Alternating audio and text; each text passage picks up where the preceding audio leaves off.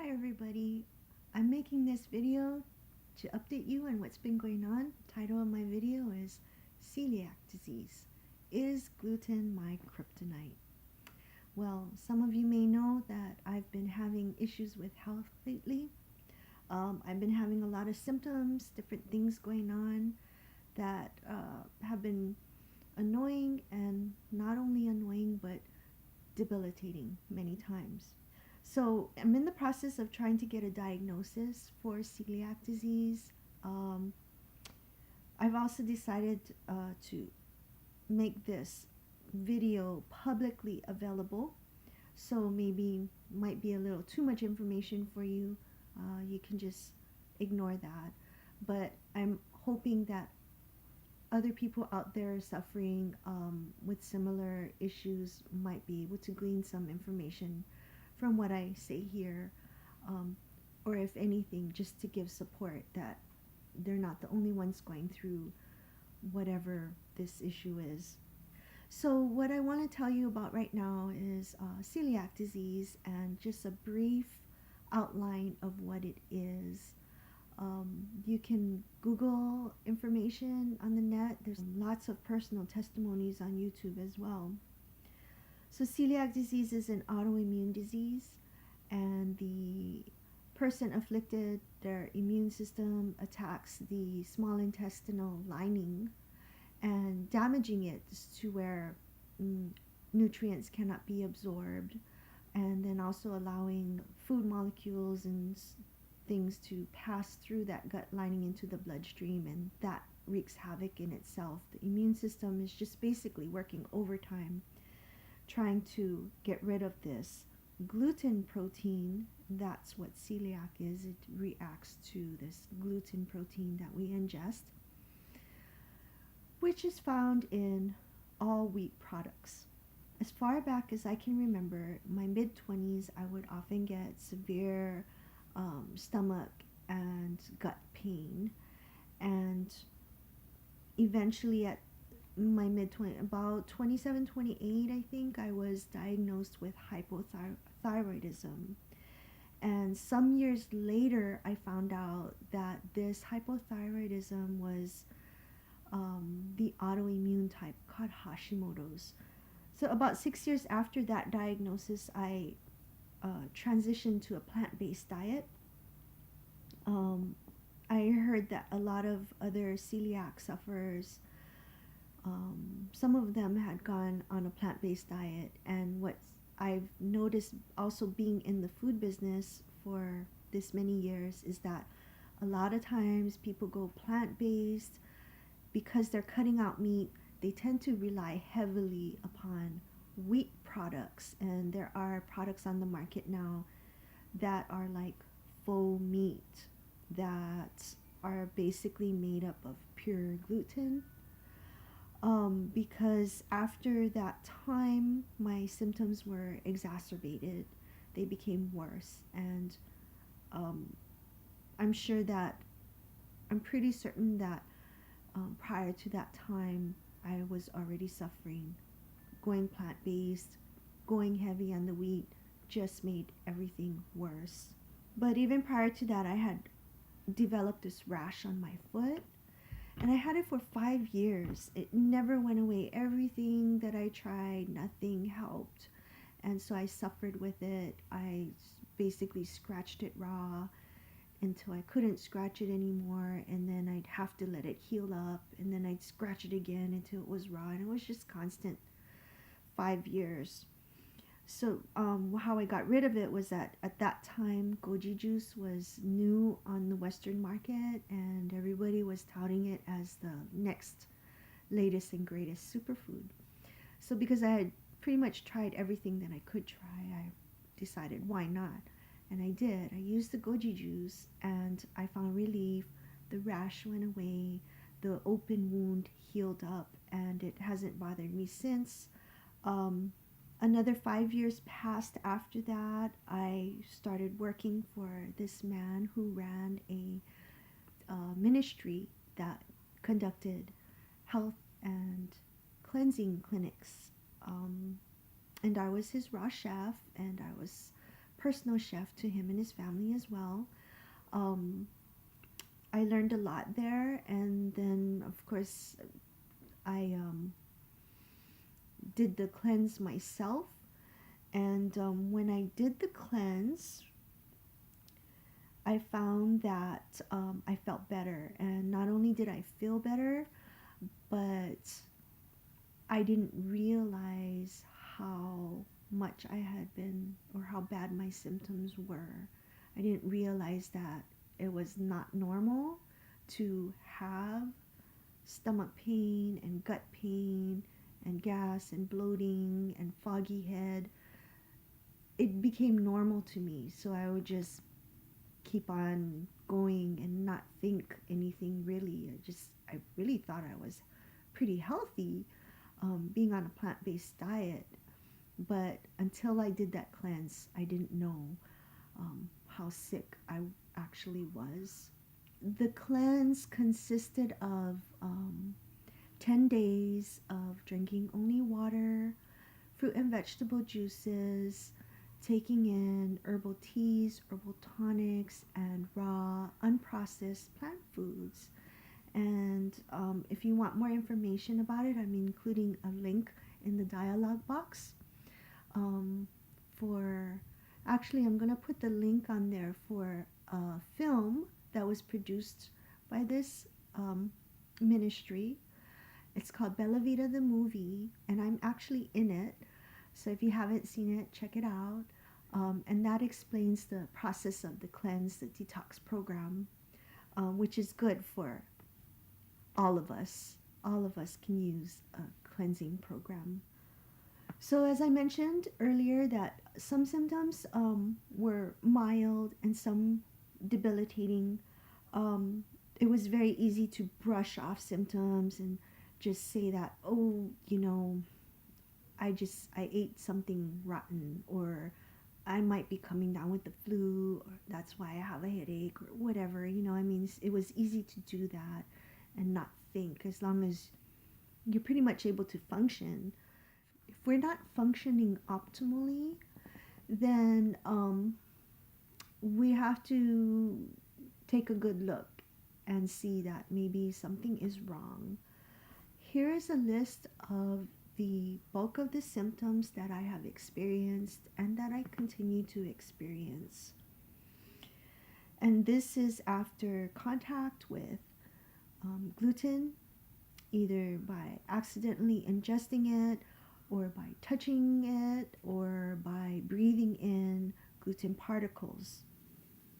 Headaches and migraines, shooting pain from the right side of the neck up into the right eye and head, dizziness, shortness of breath, lethargy, weakness, varying degrees of joint pain, muscle cramping, joints cracking and popping, increased intolerance to other foods, chemicals, and other toxins in the environment, tremors, ataxia, clumsiness to the point of injury, brain fog, trouble articulating words and thoughts, depression, suicidal thoughts, stomach and gut pain, bloating and gas, nausea, loose stools, sometimes foamy, sometimes they're oily, acid reflux, skin rash, prickly sensations on the skin, and facial blemishes and bumps.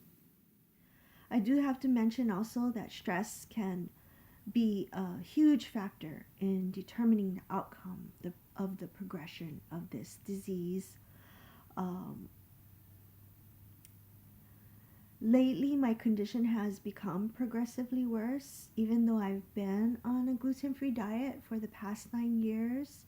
And the reasons is because I know I have not been as careful on my diet, and really ignorantly, because going out to restaurants, I would choose the safest restaurants, such as Thai food, and choose, of course, gluten-free items on the menu, and talk to the server and make sure that I'm gluten-free and not to put anything in there that contains wheat. Soy sauce contains wheat, different things. But there's always that chance of cross-contamination. So I knew a long time ago that I couldn't go into bakeries and just the wheat particles flying around. I know I couldn't go into a pizza restaurant. Just by breathing in those particles, it gets into my system and I react in a very bad way. So it's been very, very challenging to say the least. And part of me is like always thinking, maybe it's not weed, or maybe it's, maybe I'm really not. Maybe it's in my mind. And, sometimes people tell me that maybe it's in my mind, but I'm truly experiencing these symptoms that make me very ill. Um, Sometimes I can't even get out of bed. Um, as I mentioned, some of those symptoms really put me down, and I'm not able to function at all because I have not had health insurance for such a long time.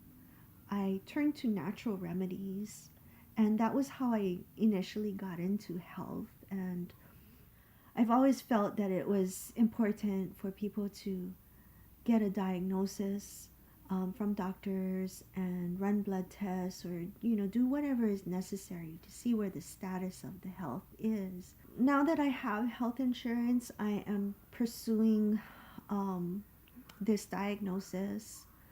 I did see a primary care doctor last month, and I had to kind of beg for her to refer me out to a gastroenterologist, which she did, but I couldn't get an appointment until June.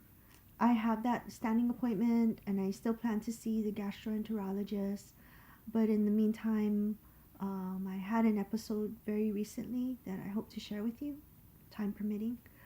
Um, and a good friend of mine was very concerned about me, reached out to a doctor that he knew and recommended that I go there. So I will be seeing a doctor, Dr. Shearer, in Mount Shasta in about 3 weeks. And so I hope to be back after that, see what he says and where to go from there. I feel it's really important for my children and family members to know, because of the chance that this is genetic, and so it may affect them as well. There is no cure for this disease, only lifelong adherence to a gluten-free diet and avoidance as much as possible to exposure to gluten particles. I just really want people to realize the seriousness of this issue. A lot of people that I've heard, testimonies that I've heard online of people who have celiac disease, they say that you can't die from celiac disease, but in fact you can. And I had someone very close to me die recently. So the root cause of it, I believe, is celiac disease. All right. So this is a little bit more sensitive subject for me, but I feel it's important to share because, you might know already how sort of fanatical I am about health and nutrition and natural healing more. It's important for me to share this because I feel like there are people out there who are suffering similarly and they are just having to suffer. I do not take prescription medications. I don't even take over-the-counter medications. I can't remember the last time I've taken even a Tylenol. Okay, but there is a way that I do find relief from my symptoms, and this is it. Coffee enemas have been employed for use originally with the Gerson protocol for cancer therapy, along with other regimens. But the coffee enemas, administered properly, allows toxins from the liver and the gallbladder to be released very quickly in, 15 minutes. And that helps to get the gluten out of my body very quickly. I mean, if you really think about it, whenever we get sick, say we get food poisoning from something bad we ate, the body's natural response is to vomit and to have diarrhea. And that's because it's trying to expel toxins, expel something that's foreign and harmful to the body. It's trying to get it out. And so that's why you get nauseous. That's why you throw up. That's why you have to run to the toilet and stay there for a while when you get a bad case of food poisoning, or even a mild case of food poisoning. The body recognizes it. So I've watched a lot of videos, doctors that are experts on the subject, personal testimonies of people. I haven't heard anybody mention coffee enemas as a means to find relief. When that coffee is released, the toxins along with it, what it's doing is it relieves the overload of toxins on your liver. And when that happens, I do get relief from headaches and from other symptoms that I mentioned. Doesn't always take it away. Sometimes it's so severe that doing the coffee enemas helps minimally. So sometimes it takes more than one in order for it to help.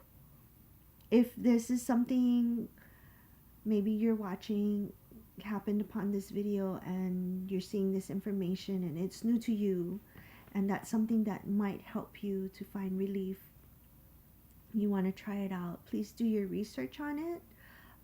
There's been sort of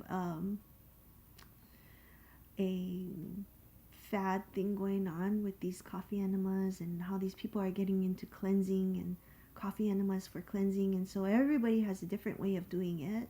I believe with Gerson Protocol, you should go back to their website and look at the proper way to prepare the solution, proper way to administer it, the proper amount of time to hold it, and understand why you're doing it and what it's doing to help your body, and rather than just going out and doing it and then listening to all these people who are basically doing their own thing with the coffee enemas. One thing that I do want to say about the coffee enemas is that it is not a cure, and so don't rely on it as a cure. It only helps to reduce the severity of symptoms. So I made the mistake of using it as a crutch, and because it does relieve, because at times it is very effective, and it just helps me to get on with my day, when actually when I have a flare up, I really need to be resting. So don't develop a reliance on them, and never ever ever use them as an excuse to cheat on your diet if you know that gluten is your kryptonite. Great care must be taken to exclude all food and products that goes in or on our bodies that contain gluten. But we also need to identify the hidden gluten. Now you're probably wondering, like, okay, Krista's been gluten-free for the past 9 years. She's been observing this diet for such a long time. What gives? Why is she still having symptoms? Well, I did mention earlier that the reasons why, I believe, but not only that, because when I have tried to be careful, I'm still getting sick. There is hidden gluten in things that we don't think have gluten. So for example, I very recently found out that lentils, which as a plant-based eater I rely upon for my protein, lentils can very well be cross-contaminated with gluten because they are commonly grown on fields that are alternated with lentils, and the same processing equipment for wheat they use on lentils. So I had been eating a lot of lentils and, not knowing why I was getting sick. And then one day preparing lentils, rinsing them out, I found wheat grains in there, and probably they were there prior, all the other times, and I just wasn't careful to notice that because I just didn't think that they could be contaminated with wheat. So I believe, I haven't checked it out yet, but I believe that there are lentils. You just gotta look for certified gluten-free on all your products. Anything that comes packaged or prepared, certified gluten-free. Check shampoos, soaps, anything you use on your skin as well. It's really easy to get cross-contamination that way and absorb through your skin. I also recently learned that vitamins and supplements and medications even, they use gluten-based fillers or being processed in the same facility can also get cross-contamination. So it seems really, really nitpicky, and it sounds very extreme. You know what? I agree. I totally agree. I sometimes get very overwhelmed and frustrated, especially when something that I think is healthy for me, I'm using, I come to find out that all along it's been tainted with gluten particles, and that's my source of sickness. Lately, my biggest issue is being in environments where there may be flour in the air. So I want to share with you this real life experience that just happened a week ago. Okay. So I started a new job as a caregiver.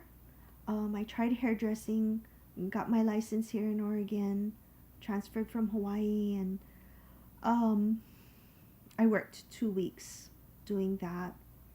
I was not feeling well at that time, and then I broke my foot, had to quit work. All this time looking for another job that might be a good fit for me. So I got this caregiving job, and I went to work for a person, and it lasted 2 weeks. Okay, a week and a half into it, I had to take him to to do his grocery shopping, and we went to the market and did the shopping. I was in there with him for a good amount of time. And after returning to the home, putting away the groceries, I sat down and I started getting the classic gluten headache, the right side of my head, from my neck shooting up through my eye to the top of my head, and lots of pressure on my eye. And it just kept getting worse and worse. And finally I said, it was time to go home. So I have to go home. Went home, I did my coffee enema, and basically stayed in bed until early that evening. I went to sleep. The next morning I woke up early because I had to go to work, and my headache was worse, way worse, and it was my entire head, and I felt very, very nauseous. So I did 2 coffee enemas, and I still didn't feel any better. In fact, I felt worse. I started trembling, and my body became very, very weak and fatigued, and I just felt so dizzy that I couldn't get out of bed. So that day I couldn't go to work, either job, both of my jobs. I had to stay home. So later on that day, I did 2 more coffee enemas, a total of 4 that day, in order to just get some relief. This is a week later. I still don't feel good. I'm having to keep up with coffee enemas, and I've been trying to do just 2 a day, but I found that I have to do 3 because otherwise my headache starts coming back and I start feeling nauseous again. So lately it's been hard to keep food. Every time I eat, I feel sick. I have this rash all over. That feels like my skin is prickly all over, but this rash is coming out different places of my body all over. The culprit was that the man that I take care of, he uses wheat, and so putting packages of bread into the cart and onto the checkout stand, and then at home taking them out and putting them away. And not only that, but this store that we went to has a huge bakery, of which I was not realizing. So there's so much more that I could tell you, but I know I've already taken up so much time. Because of this video is public, there's a comment box below. You can leave a comment or you can ask questions. Family and friends, please call me or email me if you want to. I'm hoping to get answers soon. In the meantime, I'm just trying to do better at being very diligent. I actually haven't been able to eat very well or very much. So I've been trying to just keep it really simple. I'm trying to manage my stress better and, just trusting God and His will for my life. And I want to thank you, all of you who've been so supportive, and especially my husband, taking care of me a lot, especially when I've been sick. I'll try to be back with another video soon. Until then, take care. God bless you all.